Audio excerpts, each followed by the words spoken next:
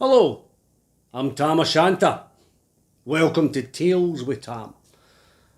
I've just been reading about witches, and I came across this tale about Bessie Dunlop, who was burned at the stake in 1576. Now, at this time, it was dangerous to be alive if you were a village wise woman or simply somebody who didn't fit into society. In Scotland, the dictum, "Thou shalt not suffer a witch to live," was taken just as seriously as it was in the rest of Europe. And those accused of witchcraft could expect torture and eventual burning at the stake. Many of the confessions drawn out by cruel tortures were no doubt the ranting of pain-racked wretches who confessed to ease their pain. On the other hand, there is no doubt that some people acted as wise women or men, making herbal cures and using the gift of the second sight for the good of the local people.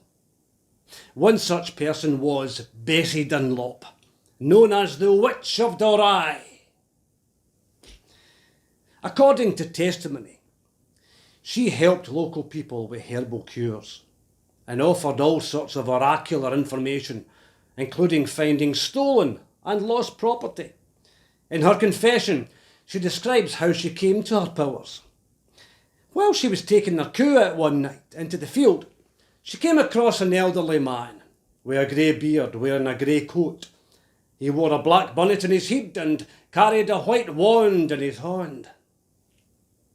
He said that he was the spirit of Thomas Reid, a former Baron officer to John Blair of Dalry, who had been killed at the Battle of Pinkie in 1547. Bessie was stressed with worry at the time. Her wee Wayne and her husband and her coo were ill, and it seemed that they would not recover. The old man comforted her and predicted that the cow and her Wayne would die, but her husband would make a full recovery. He then walked off towards the yard of Moncastle and disappeared down a hole in a dyke that was much too small for any mortal man. This was the first meeting with a man who would act as her familiar. On their next meeting, she was offered material goods in the form of horses and coos, and if she would denounce Christianity, she refused and said she would rather be riven with horses' tails and whipped. He was angered by her reply and promptly disappeared. On his next meeting, he introduced her to the fairy realm, swearing secrecy and telling her that she couldn't speak in their presence. He introduced her to the 4 men and 8 women of Elfame, another name for the fairy realm. They were dressed as humans, but very smartly, the men like gentlemen, and the women had all plaids about them. They asked her to travel with them to Elfame. She did not return their questions, and eventually they departed with a hideous, ugly blast of wind, leaving Bessie lying sick on the ground. Thomas left with them, but returned to tell her of the nature of the fairies, and begged her to change her mind. She refused, saying that she did not want to go without knowing the consequences. He told her that in Elfame she would be well fed and fair of mind and body, but she still would not be persuaded. People were now coming to her for advice on a regular basis, and her reputation was beginning to spread. From her confessions, it seems as though Thomas walked among mortal men on a few occasions. She saw him walking in the streets of Edinburgh, and once at Dalry churchyard.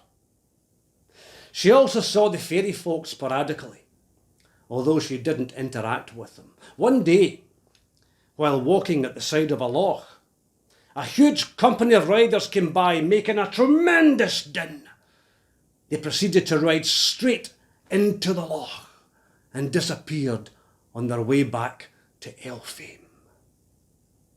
Unfortunately for her, on November 8th, 1576, she was arraigned at the bar of the High Court of Judiciary, accused of witchcraft, dealing with charms and abusing the people with devilish sorcery. Found guilty and sentenced to death, it's believed that Bessie was burned alive on Edinburgh's Castle Hill.